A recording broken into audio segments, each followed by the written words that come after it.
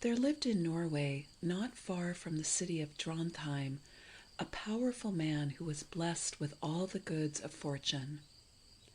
A part of the surrounding country was his property, numerous herds fed on his pastures, and a great retinue and a crowd of servants adorned his mansion. He had an only daughter, called Aslog, the fame of whose beauty spread far and wide. The greatest men of the country sought her, but all were alike unsuccessful in their suit, and he who had come full of confidence and joy rode away home, silent and melancholy. Her father, who thought his daughter delayed her choice only to select, forbore to interfere, and exulted in her prudence. But when at length the richest and noblest tried their fortune with as little success as the rest, he grew angry and called his daughter and said to her, "Hitherto I have left you to your free choice. But since I see that you reject all without any distinction, and the very best of your suitors seem not good enough for you, I will keep measures no longer with you. What? Shall my family become extinct, and my inheritance pass away into the hands of strangers? I will break your stubborn spirit. I give you now till the festival of the great winter night. Make your choice by that time, or prepare to accept him whom I shall fix on." Aslog loved a youth named Orm, handsome as he was brave and noble. She loved him with her whole soul, and she would sooner die than bestow her hand on another. But Orm was poor, and poverty compelled him to serve in the mansion of her father. Aslog's partiality for him was kept a secret, for her father's pride of power and wealth was such that he would never have given his consent to a union with so humble a man. When Aslog saw the darkness of his countenance, and heard his angry words, she turned pale as death, for she knew his temper, and doubted not that he would put his threats into execution. Without uttering a word in reply, she retired to her chamber, and thought deeply, but in vain, how to avert the dark storm that hung over her. The great festival approached nearer and nearer, and her anguish increased every day. At last the lovers resolved on flight. "I know," said Orm, "a secure place where we may remain undiscovered until we find an opportunity of quitting the country." At night, when all were asleep, Orm led the trembling Aslog over the snow and ice fields away to the mountains. The moon and the stars, sparkling still brighter in the cold winter's night, lighted them on their way. They had under their arms a few articles of dress and some skins of animals, which were all they could carry. They ascended the mountains the whole night long till they reached a lonely spot enclosed with lofty rocks. Here Orm conducted the weary Aslog into a cave, the low and narrow entrance to which was hardly perceptible, but it soon enlarged to a great hall, reaching deep into the mountain. He kindled a fire, and they, now reposing on their skins, sat in the deepest solitude far away from all the world. Orm was the first who had discovered this cave, which is shown to this very day, and no one knew anything of it. They were safe from the pursuit of Aslog's father. They passed the whole winter in this retirement. Orm used to go a-hunting, and Aslog stayed at home in the cave, minded the fire, and prepared the necessary food. Frequently did she mount the points of the rocks, but her eyes wandered as far as they could reach, only over glittering snowfields. The spring now came on. The woods were green, the meadows pat on their various colors, and Aslog could but rarely and with circumspection venture to leave the cave.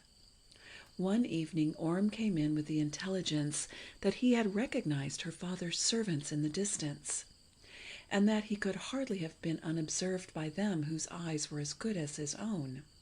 "They will surround this place," continued he, "and never rest till they have found us. We must quit our retreat then without a minute's delay." They accordingly descended on the other side of the mountain, and reached the strand, where they fortunately found a boat. Orm shoved off, and the boat drove into the open sea. They had escaped their pursuers, but they were now exposed to dangers of another kind. Whither should they turn themselves? They could not venture to land, for Aslog's father was lord of the whole coast, and they would infallibly fall into his hands. Nothing then remained for them but to commit their bark to the winds and waves. They drove along the entire night. At break of day the coast had disappeared, and they saw nothing but the sky above, the sea beneath, and the waves that rose and fell. They had not brought one morsel of food with them, and thirst and hunger now began to torment them. 3 days did they toss about in this state of misery, and Aslog, faint and exhausted, saw nothing but certain death before her.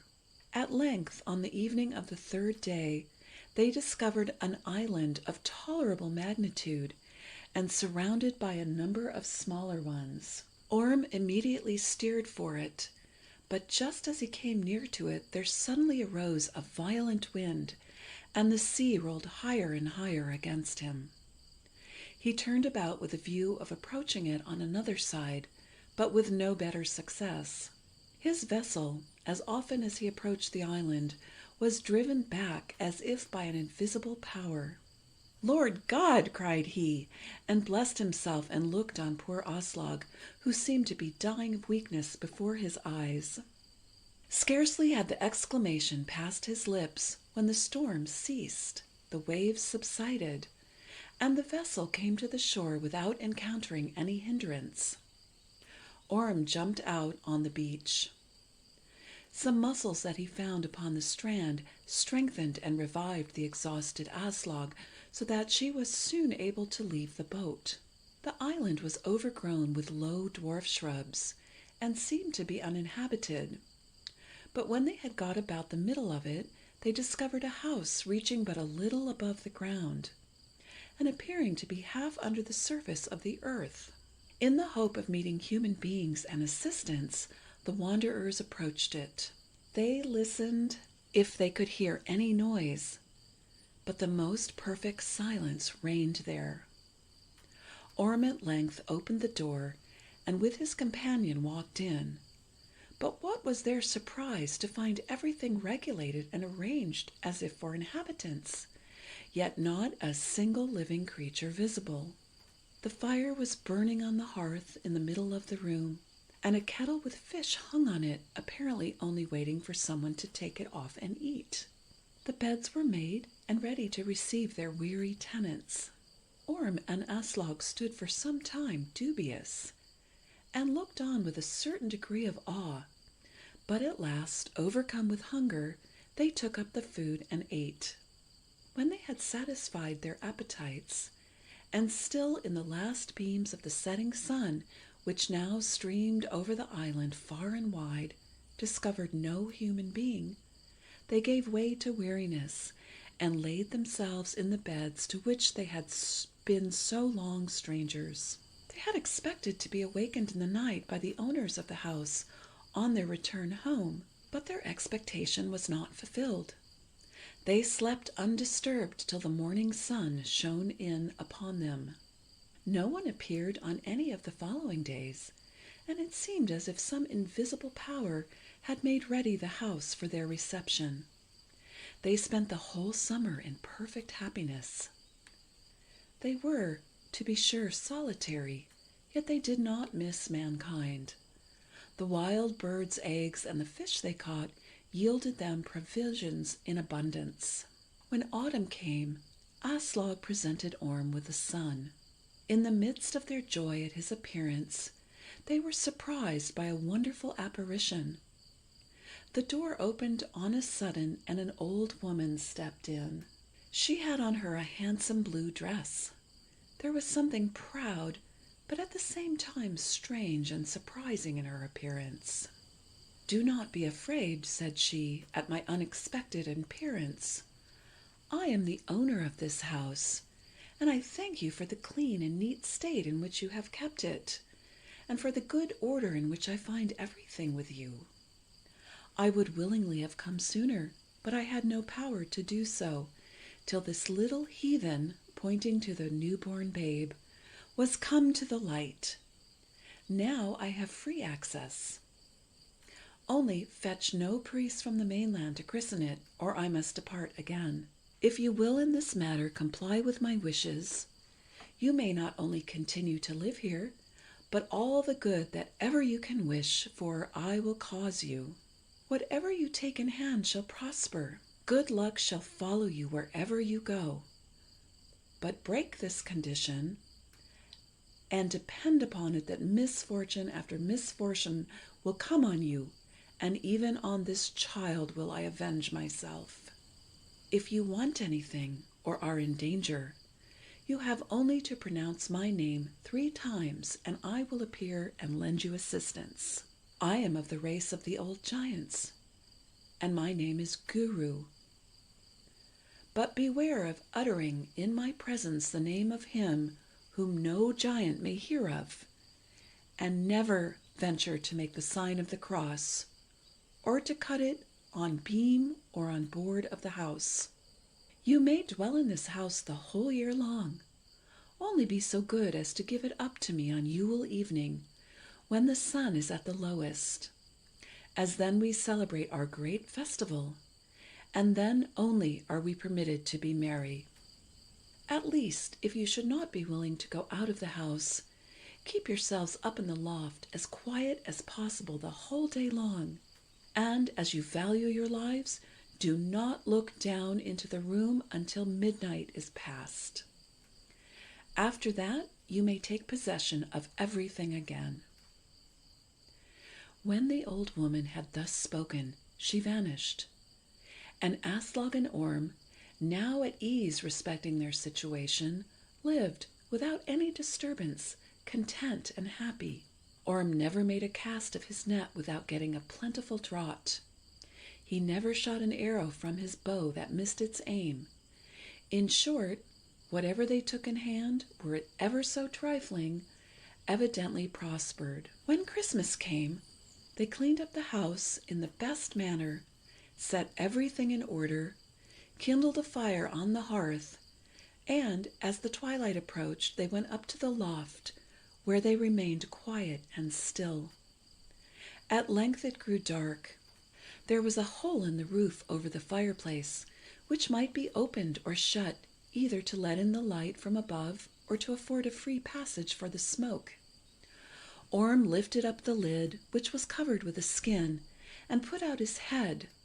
But what a wonderful sight then presented itself to his eyes! The little islands around were all lit up with countless blue lights, which moved about without ceasing, jumping up and down, then skipped down to the shore, assembled together, and now came nearer and nearer to the large island where Orm and Aslog lived.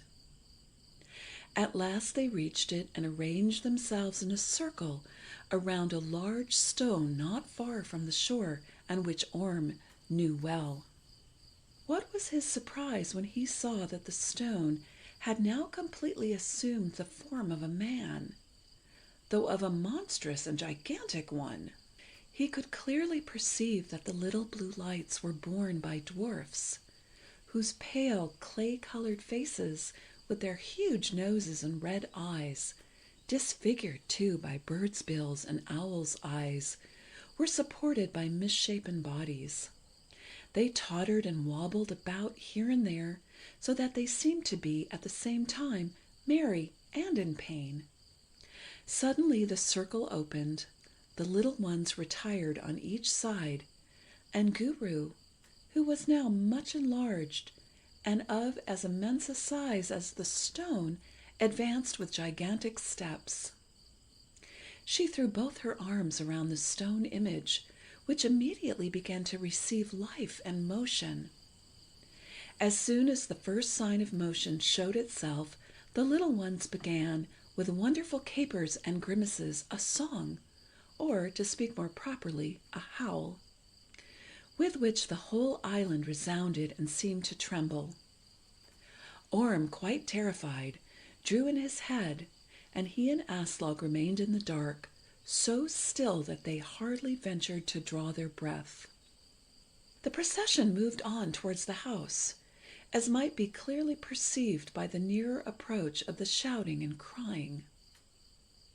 They were now all come in, and light and active the dwarfs jumped about on the benches, and heavy and loud sounded at intervals the steps of the giants.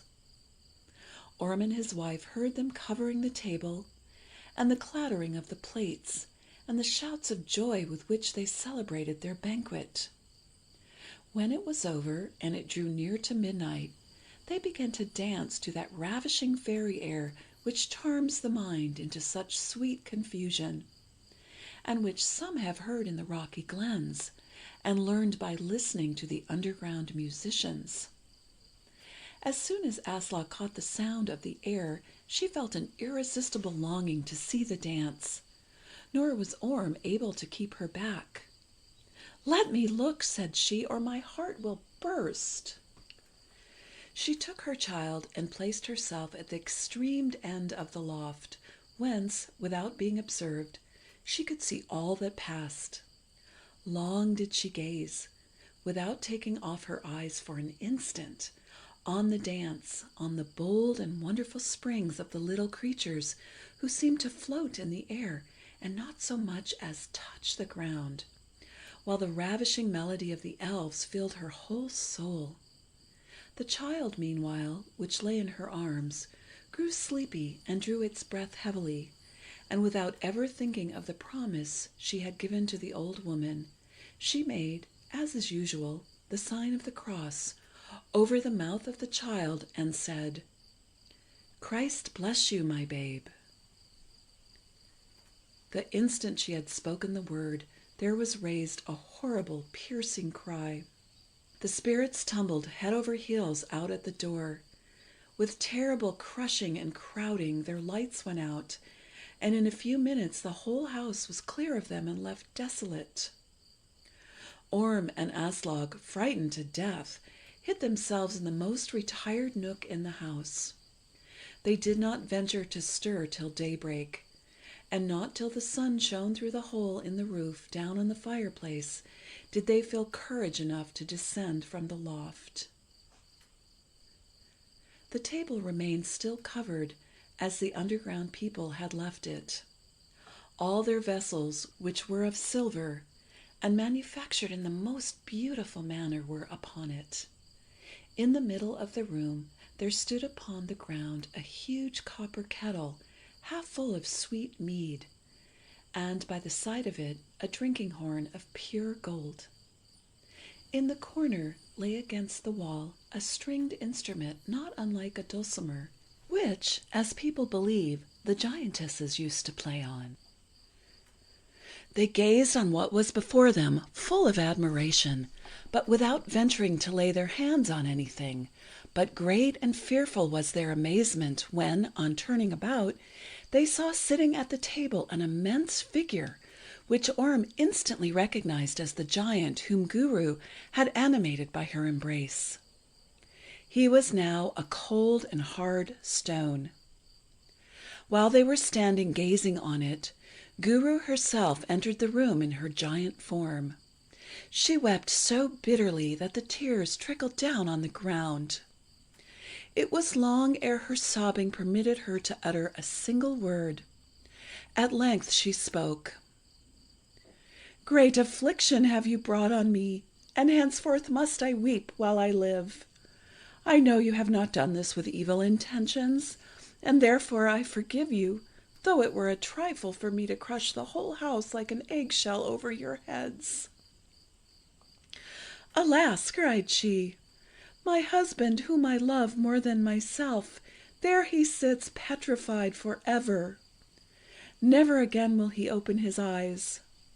300 years lived I with my father on the island of Cunnen, happy in the innocence of youth as the fairest among the giant maidens. Mighty heroes sued for my hand. The sea around that island is still filled with the rocky fragments which they hurled against each other in their combats. Andfind won the victory, and I plighted myself to him. But ere I was married came the detestable Odin into the country, who overcame my father and drove us all from the island. My father and sisters fled to the mountains, and since that time my eyes have beheld them no more. Andfind and I saved ourselves on this island, where we for a long time lived in peace and quiet, and thought it would never be interrupted. Destiny, which no one escapes, had determined it otherwise. Oluf came from Britain.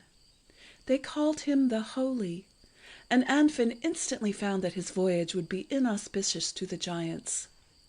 When he heard how Oluf's ship rushed through the waves, he went down to the strand and blew the sea against him with all his strength. The waves swelled up like mountains, but Oluf was still more mighty than he.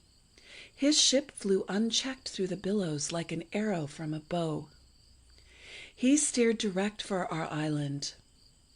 When the ship was so near that Andfind thought he could reach it with his hands, he grasped at the forepart with his right hand, and was about to drag it down to the bottom, as he had often done with other ships.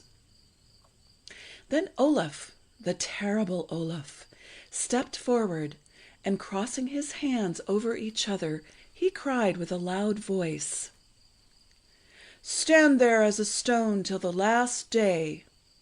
And in the same instant my unhappy husband became a mass of rock. The ship went on unimpeded, and ran direct against the mountain, which it cut through, separating from it the little island which lies yonder. Ever since, my happiness has been annihilated, and lonely and melancholy have I passed my life. On Yule Eve alone can petrified giants receive back their life for the space of 7 hours, if one of their race embraces them, and is at the same time willing to sacrifice 100 years of his own life. Seldom does a giant do that. I loved my husband too well not to bring him back cheerfully to life, every time that I could do it, even at the highest price, and never would I reckon how often I had done it, that I might not know when the time came when I myself should share his fate, and at the moment I threw my arms around him, become the same as he. Alas! Now even this comfort is taken from me. I can never more by any embrace awake him, since he has heard the name which I dare not utter, and never again will he see the light till the dawn of the last day shall bring it. Now I go hence. You will never again behold me. All that is here in the house I give you. My dulcimer alone will I keep. Let no one venture to fix his habitation on the little islands which lie around here. There dwell the little underground ones whom you saw at the festival, and I will protect them as long as I live." With these words Guru vanished. The next spring Orm took the golden horn and the silver ware to Dronheim, where no one knew him. The value of these things was so great that he was able to purchase everything a wealthy man desires.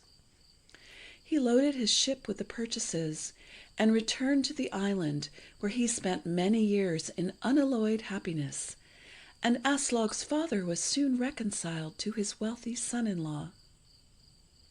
The stone image remained sitting in the house. No human power was able to move it. So hard was the stone that hammer and axe flew in pieces without making the slightest impression upon it. The giant sat there till a holy man came to the island, who, with one single word, removed him back to his former station, where he stands to this hour. The copper kettle, which the underground people left behind them, was preserved as a memorial upon the island, which bears the name of House Island to the present day.